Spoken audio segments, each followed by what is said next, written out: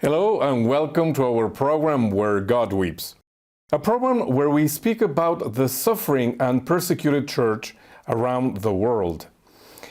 One of the greatest challenges that we face worldwide is the migrants and refugees phenomenon that is increased significantly in the last years due to different causes like war, natural disasters, extreme poverty, climate change, persecution, among others. Today we have a very special guest. Mr. Mario Almeida works for the Migrants and Refugees Section of the Dicastery for promoting integral human development of the Holy See. Mario, welcome to our program. Thank you. That's a very impressive title of your job, from the Dicastery for Human Development, and you work for the section of Migrants and Refugees. Let's start, help us to understand what is a Dicastery. It's a department of the Holy See dealing with certain matters, no? In secular terms, it could be the same as a ministry, no, of a government, no, which is it exists to respond to a certain part of how the society is organized, no, and in the church is the same thing, no. The term dicastery is becoming more common because previously there were a whole range of different departments, congregations, pontifical councils, right, and so forth. So now the tendency is to aggregate and to put together in dicasteries, no, to give certain kind of uniformity in the way the Holy See organizes itself, no. And this one in particular is dedicated to human development, to the dignity of human life around the world. We could say it tries to respond to the matters arising from the social area, no? Social affairs, we could say, no? All going into this big area, from justice and peace matters to security matters to matters related to economics and work, and also to migrations, no, to health, no. So during the pandemic, it was our dicastery who really tried to put together some kind of responses to the pandemic, no, and the Holy Father created a COVID-19 commission inside our dicastery, no. It was the right place because it's the dicastery responding to social needs, no. Mario, help us to understand why it's so important to the Church to have a section specifically dedicated to migrants and refugees. The pastoral care of migrants and refugees is something that the Church has been doing for a long time, no?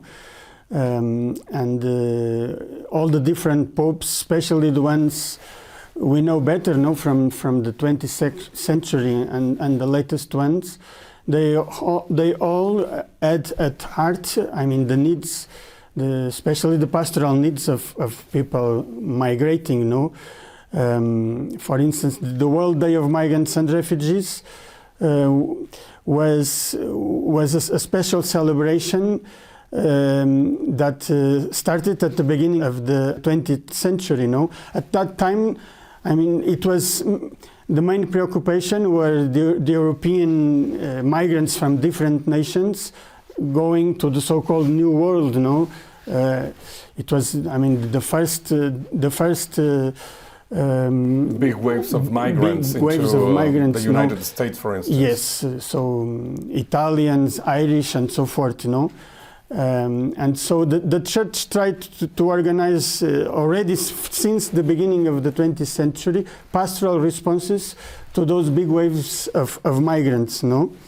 And already at that time there was a complexity of factors, no? Many of them were migrating because of economic questions, no, looking for greener pastures, but also all the consequences of the First World War, no, that created a wave also of migrants, no. And so later on, the Holy Father decided to create a special structure inside the Holy See, which was the previous Pontifical Council for Migrants and Itinerant People, no. And when the Dicastery was created, this was one of the pontifical councils that were, let's say, merged into the Dicastery, no? And you are specifically in charge of this phenomenon in Africa. I am specifically in the Africa team, no, with a colleague of mine. We try to follow all the migrants and refugee questions in the African continent, but from the point of view of trying to help, to assist the local churches in giving the responses. No, we are not doing NGO type of work. No, not at all. And I think this is a very important clarification, Mario. This is a work of mercy, really, in church catechism. You know, welcome the foreigner. We are called to do that. So you, in your dicastery and in your section, you're not doing so much lobbying, but dealing with how the churches, the local churches, deal with this influx of people. Deal and can respond better to their needs, no?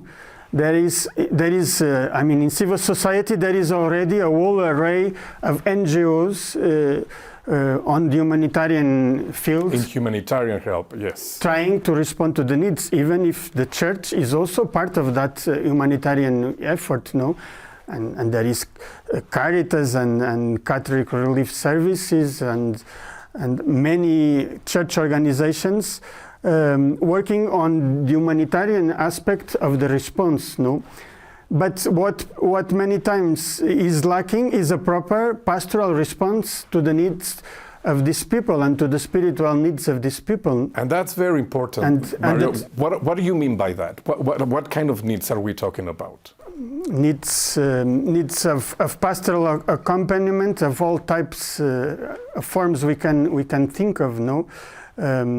A part of this large movement of people are Christians, of course. Some are not Christians, and inside the Christians there are Catholics as well, no? And of course, the main aim of the pastoral responses of the Church is responding to the pastoral needs of the Catholics, not at all in an exclusivist way, but these are people, and especially in Africa, that many times come from very organized church, no? A church with ministries, a church organized in many small Christian communities and in parishes, in dioceses, and then when they are forced to move, they lose contact many times, and with this pastoral environment, this Catholic environment where they were formed and raised, no?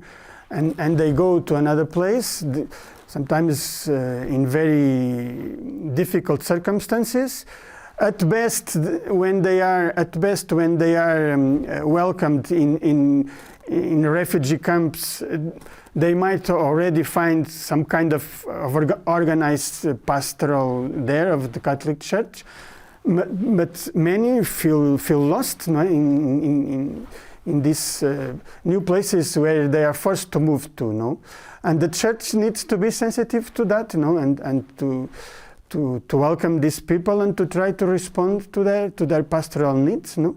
They need again to have the sacraments available to them, but also they have went through a lot, and they need spiritual counseling. They need to be heard, as simple as that. In a first stage, they need to be heard by someone from the Church that has some kind of training and is able to follow, because this is not easy at all. Many people went through a lot of traumas, a lot of very difficult circumstances. As I mentioned in the introduction, Mario, there are many causes for this human mobility around the world, specifically in Africa. But some of them are related with war, violence, and persecution. So this has a very direct impact in their psychology, in their psyche, in their spiritual health, we could say. This is the kind of assistance that the Church is focused through the Dicastery? In the first moment, the humanitarian aspect is the most urgent, no? I mean, when people have to leave everything behind, everything from the material point of view behind, and move away, they need clothes, they need food, they need lodging. A roof, yeah. So, of course, that's always the first response has to be a humanitarian one. No, that's clear. No one is prepared to listen to the word of God in empty stomachs and sleeping at the outside. No, of course. But then people have, as we all know, other needs. No, psychological needs. And also for believers, spiritual needs, no, and the church is there on the front line, trying to respond to that, no, and we try to assist the churches in whatever way we can, in whatever way they asked to be supported, no. Some churches would need help also on the humanitarian responses, and we are not, of course. Funding agency, but we will try to see if there are other funding agencies inside the church or outside the church where they can be directed to, no. But then assisting the church on the pastoral responses, and we have been publishing since the Migrants and Refugees Section was created on yearly basis, a small booklet called Pastoral Orientations, and then it's pastoral orientations on a certain aspect related with the huge area of migrations. No, to give you some examples, we have published pastoral orientations on victims of human trafficking, pastoral orientations on internally displaced people. Explain me that term. We heard that constantly in the news now, the IDPs, internally displaced people. Why do we create a specific denomination for them? Because it was really in need, the creation of that denomination. Because you see, when we talk about refugees, it's people that were forced to move from their motherland and crossed an international border. No, those are refugees. No. Then you have migrants. Migrants can be internal migrants or international migrants. Most usually, nowadays the term migrants is reserved to people who are migrating, looking for a job, or for studies, or for reunification matters. Out of security issues, more often is the refugees or the IDPs. IDPs are people that were forced to move inside their own country, so they do not cross an international border, but were forced to move inside their own country because either for security reasons or because of natural disasters or consequences of climate change. Until recently, most of the international responses were directed mostly to migrants and to refugees, and not so much to IDPs. Internally displaced people. Because the common assumption is that this is the business of the government, of the local government, is to take care of their own people. Their own people, their own citizens. Yes. So, for instance, UNHCR, which is a very known UN agency, had difficulty to respond to the needs of IDPs, because their mandate is to respond to the needs of refugees. They have to be out of their country of origin. Yes. Mario, to get a better idea of the magnitude of this problem, let's have an example. Let's say Nigeria, that recently has been suffering tremendous crisis of violence, and it seems that it's really out of control. So give us an idea of what is happening with these internally displaced people in Nigeria. Numbers of camps, numbers of people. Do you have any idea of How many are displaced? Well, Nigeria is a difficult country to have very accurate figures, because it's the most populous country in Africa, with a population of around 200 million or a bit more now. And so as numbers grow, it becomes more difficult to have very accurate figures. Data, yeah. Data, no? But the most recent data I'm familiar with say that internally displaced people in Nigeria right now are at least 3 to 4 million, no? 3 to 4 million. Yes. Of internally displaced people Not in counting, one country. Yes, not counting those who have fled out of crossed the Nigeria. borders and are in surrounding countries. No? Not all of them go to camps, right? They can go to relatives or other... Yes, as you know, in Africa, the concept of extended family is very strong, no? And very often people have relatives in different places, no? And a part of these displaced people is welcomed by relatives. So it's very common. It's very common in a household that was prepared to accommodate, let's say, 8 people, to have 50. This is very common in these areas with a lot of IDPs, no? With all the consequences of that, no? Wow, yeah, serious challenges for the household.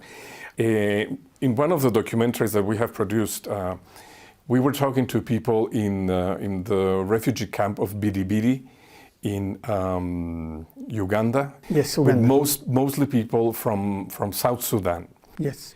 And to me, it was very moving to hear that people, yes, they, as you mentioned, they needed food, they needed water, clothing, but that they were asking if there was a chapel, a Catholic chapel, in the camp. And one of the reasons that they said is that it gave them a sense of belonging. The communitarian aspect of lives in all the dimensions is still very strong in Africa. No, it's very difficult for an African to imagine this Western idea of I pray to God and I don't need the church and I don't need the community. No, it's my business, my relation with God, and it's enough. No. For an African, it's really out of their mindset, of their worldview, to think that religion or spirituality is only a pure individualistic kind practice, of practice. No, so they need a lot the insertion into the community, no, and to feel welcomed in the community of prayer and. Not only in prayer, but in all the different aspects that traditionally a Catholic community includes, no? So catechesis, taking care of the children, of course prayer and sacraments, but also answer to the material needs, no? The traditional, it's what the Christian community is all about, no? It's taking care of the needs of its members, no? And they feel a lot that need, no? You know, as a coincidence, Mario, we're having this conversation a day after the World Day of Migrants and Refugees. And the Holy Father, if you allow me, I want to share a quote of the message of the Holy Father that it really got my attention about how we should, as Catholics, we should see this situation. And he says, quote, "History teaches us that the contribution of migrants and refugees has been fundamental to the social and economic growth of societies. This continues to be true in our day. Their work, their youth, their enthusiasm, and their willingness to sacrifice enrich the communities that receive them." That is a very powerful message, and it's quite a contrast, Mario, with some of the xenophobic agenda that some governments are using really as a political weapon. We don't want to get into politics, and we don't want to comment on that, but rather to focus on this very contrasting message from the Holy Father. Yes, again, it's something that happened all long history, no? Not going back to ancient times, but the big movement of people in the 20th century, people were able to offer their new destinations, their new nations, their own gifts, no? If we think, for instance, for the American countries is the best example, no, of new nationalities being formed out of the contribution of different peoples, no, from North America to South America, no. People from all over the world went to the so-called New World and gave their own contributions to enrich the societies they moved to, no. So there is no reason to think that in our times it could be different, no. People moving from one side to the other bring along the gifts they have, no, the cultural gifts they have, but also their abilities, many times also their abilities to improve the economy of the country where they are moving to, and we have many examples of that. You talked about Nigeria. Nigeria is a people with great creativity and great capacity to reinvent themselves, and Nigerians don't like to live in refugee camps doing nothing, just staying there. They want to be productive. They want to be productive. They want to open shops, to local business, and many times this local business, even informal of the informal economy, they are hiring local people to work in that, no, that perhaps would not have any other opportunity to find a paid job, no. This is just an example. I speak of the Nigerians, but many other peoples are exactly like that, no. Mario, and in the slogan, let's say, that the Holy Father chose for this Migrant World Day, it's very significant because it says, building the future with migrants and refugees. I find that with particularly significant. For sure. We all need the contribution of everyone to form the church, but also to form the civil society, no? The society of our countries, no? And as much the different groups feel they are entitled to participate in building the society, more healthy that society will be. Mario, a final word regarding the work, the pastoral work, not so much of physical help, but pastoral work that the church is doing with human trafficking. It's such a tragedy. Such a tragedy. What is the church doing about this? I could quote the work of religious sisters, no, of Catholic sisters in the church. Of course, it's not only nuns, Catholic sisters who are taking to heart this response to human trafficking, but many times you will find in many countries that the first response is being performed by female religious congregations. Be it in denouncing networks of trafficking, but especially offering opportunities for people, mostly women, but not only women, to come out of these really diabolical networks of trafficking and finding opportunity to start a new life. No? So there is a whole array of projects and activities being put forth by religious congregations on this. There is even a network called Talitha Cum from... Yes, we know them very well. From the Gospel of... when Jesus resurrected the young little girl, yes. No?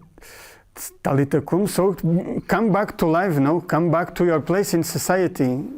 And that's at the core of what this Talitha Cum network is doing, no?